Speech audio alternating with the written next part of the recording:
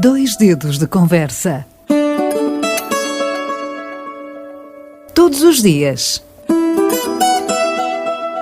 Dois dedos de conversa. Uma rúbrica de João Figueiras e convidados. Na Alvor FM. Painel do Futuro número 2, que o nosso arquiteto Ricardo Camacho iniciou há cerca de 15 dias, em que aborda áreas de intervenção estratégica para o Algarve, PRR, ou seja, Plano de Recuperação e Resiliência 2021-2029. O prometido é devido hoje. Ricardo irá falar sobre o Rio Arado. Faz ou não sentido o desassoreamento nos dias que correm? Bom dia, arquiteto Ricardo Camacho. Fica aqui a pergunta para início de conversa. Bom dia. Eu acho que esse é um tema central e passa muito por aquilo que é a expectativa que o Algarve tem em relação ao Rio Arado, não é? Ou seja, se para uns o Rio Arado continua a ser um valor natural, para outros o Rio Arado representa um saudosismo de um tempo em que se ia de barco de forma até comercial. Até Silves, não é? Até Silves, não é? E para outros, o Rio Arado representa uma oportunidade de colecionar água, vamos assim dizer, não é? Para a irrigação e para o consumo de água, não é? Uhum. Portanto, há aqui ambições diferentes. E eu acho que o que está a faltar é realmente a plataforma, que deveria ser feita pelas entidades públicas, de tentar conciliar estas diferentes visões numa só ideia. E, portanto, aquilo que me parece relevante aqui é juntarmos todos em torno de uma ideia. Porque só assim é que vamos conseguir responder àquilo que são os critérios do Plano de Recuperação e Resiliência. Porque apesar do plano poder ter a sua maior ou menor crítica, não é? O plano é baseado em três principais dimensões que revelam esta questão. Uma é a dimensão da resiliência, a outra a transição climática e a outra a transição digital. Não é? Assumindo de uma forma mais pragmática que as duas primeiras são aquelas mais relevantes neste tema, 61% da verba está na dimensão da resiliência. E esta dimensão da resiliência é uma dimensão fundada, essencialmente, nos pilares da política comunitária, dos 6 pilares da política comunitária do Acordo Verde, não é? Que têm a ver com a transição verde, com a transformação digital, com o crescimento inteligente, sustentável e inclusivo, coesão social e territorial, saúde, resiliência económica, social e institucional e políticas para a próxima geração. E eu acho que a primeira coisa que temos que aqui fazer, face a isto, antes de pensarmos se o Arado é navegável ou não, é se o modelo de desenvolvimento de cidades como Portimão responde a este critério, a esta dimensão de resiliência que está fundada nos 6 pilares da política comunitária. Sim ou não? Pronto, eu acho, e esse era o exercício que eu vinha aqui propor hoje. Eu chamo a atenção para o parecer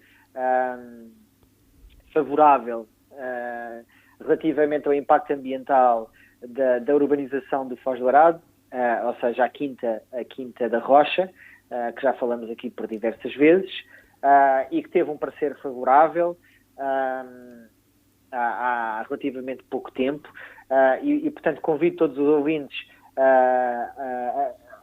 a irem online e perceberem a dinâmica deste parecer favorável, porque eu acho que a dinâmica deste parecer favorável e a interação que houve entre participação da comunidade, pareceres das diversas entidades do Algarve, resposta do promotor e depois, então, a redação final deste parecer demonstra, em grande parte, o caos e o desgoverno que existe em relação àquilo que nós queremos para o Rio Arado, em relação àquilo que é o modelo de desenvolvimento de Portimão no século XXI.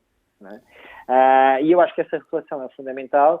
Gostava aqui de fazer uma especial referência à participação pública no processo de consulta do movimento Última Janela para o Mar, que é uma participação de alguma maneira reconhecida pela CCDR e até contextualizada de uma forma bem vincada no processo todo, nos pareceres, que eu acredito que tenha sido determinante para aquilo que foi o parecer da CCDR, porque a CCDR está muito distante e as diferentes entidades da consulta estão muito distantes da realidade de Portimão para perceberem questões de evolução histórica e natural, que são questões que o Nuno Campos Inácio e que a bióloga Marta Costa argumentam de uma forma muito consistente, não é?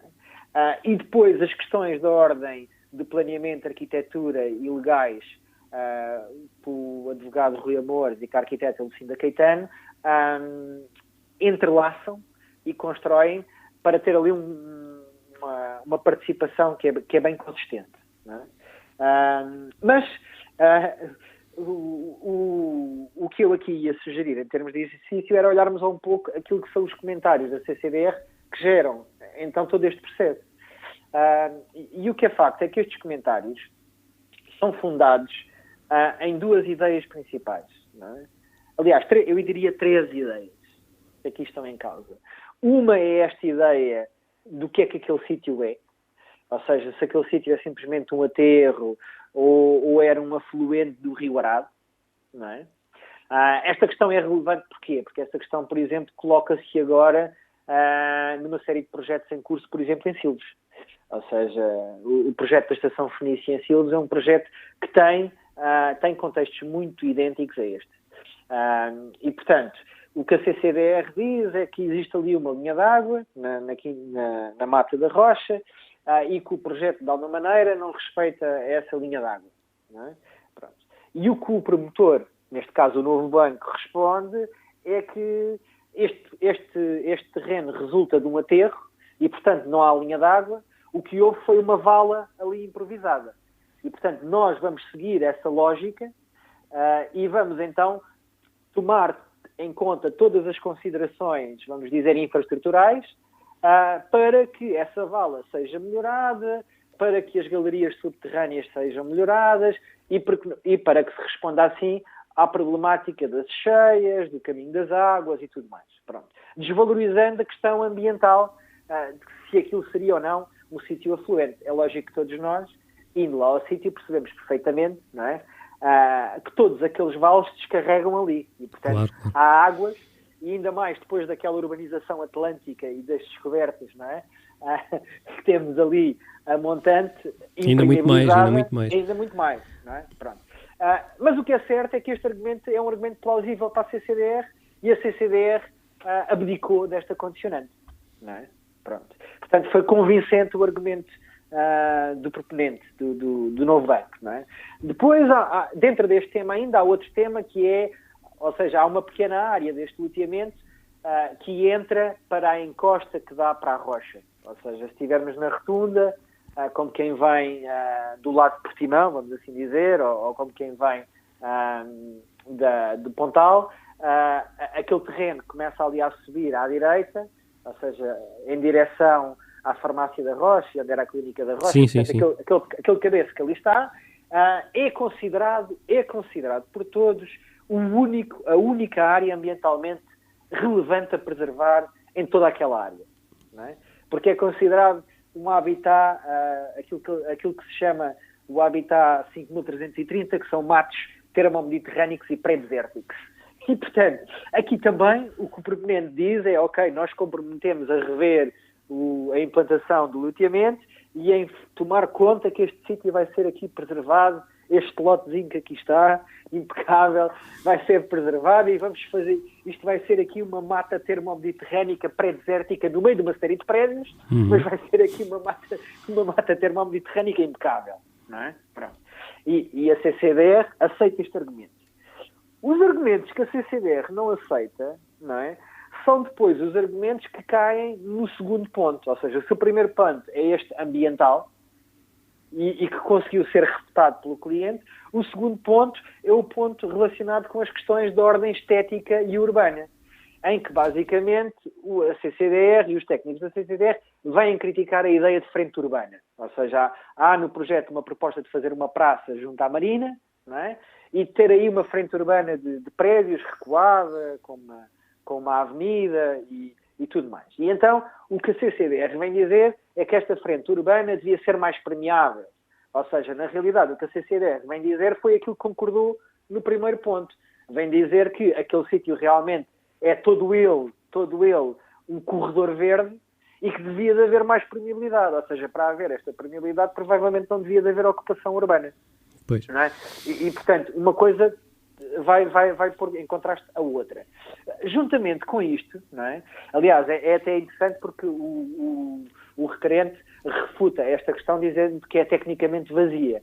E na realidade é vazia, porque ela não demonstra nenhuma ideia de cidade. Ou seja, os técnicos da CCDR não têm aqui a qualidade crítica que os autores do projeto revelam, quer no projeto, quer nas respostas que dão a esta condicionante. E este é um tema muito, muito sensível. É um tema muito sensível e é o tema que faz com que plataformas como esta do João ou outras da comunicação social devessem tentar colocar toda esta gente na mesma mesa. Porque entre respostas para trás e para a frente, mediadas por advogados, perde-se aquilo que era o mais importante, que é a discussão sobre o que é que se quer para este sítio. Não é? Porque todos nós já sabemos que ele é urbano, que vai ter que ser urbanizado de uma maneira ou de outra a direitos adquiridos. E, portanto, é irreversível isto. Pelo menos à luz daquilo que são as condições que conhecemos hoje. Não é? Agora, as partes podiam se sentar, porque é assim, nós estamos aqui a falar, o autor do projeto é um arquiteto conhecido, é alguém até que agora lançou um projeto de rádio, ou seja, há uma rádio nova agora, em Lisboa, que é a Antecâmara, que é uma rádio de arquitetura, que é do autor deste projeto, e que discute estas questões que nós estamos aqui a discutir num âmbito mais alargado. Portanto, parece-me ser uma pessoa completamente aberta a ter esta discussão. E se não for, devia ter, não é? Pronto. E aqui só para Fica acabar... aqui o desafio aos colegas da comunicação social que, exatamente.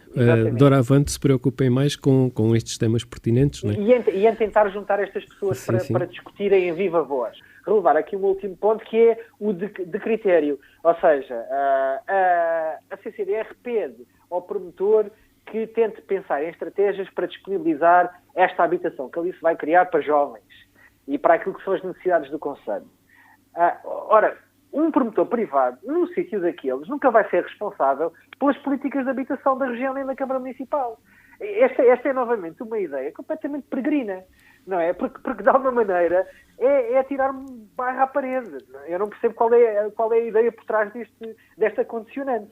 É assim como a condicionante de querer uma via com 4 faixas de rodagem na rua Simão Correia, não é? Esse grande governador de Azamor, não é? Do século XVI, mas querer ali uma autoestrada de acesso ao porto comercial, ao porto de cruzeiros. Um porto que faz parte do pacto económico e que se quer associar à ideia de sustentabilidade e de mobilidade, e agora está a pedir uma autoestrada desde a Estrada da Rocha até ao porto com 4 faixas de rodagem. Não faz muito sentido, não é? Não faz Ou muito sentido. seja, tudo isto é um caos, não é? Tudo isto é um caos. E a mensagem que eu queria aqui deixar é que é importante sentar esta gente toda à mesa, deixarem de existir as partes e as diferentes partes e chegarmos nós aqui a um acordo sobre o que queremos para o Algarve, o que queremos para Portimão e aí podemos pensar se há dragagem ou não para o Rio Arado. Ricardo, obrigado uma vez mais por nos teres visitado aqui via telefone, como é habitual, e até uma próxima. Um abraço. Obrigado, um abraço. 2 dedos de conversa. Todos os dias. 2 dedos de conversa. Uma rúbrica de João Figueiras e convidados. Na Alvor FM.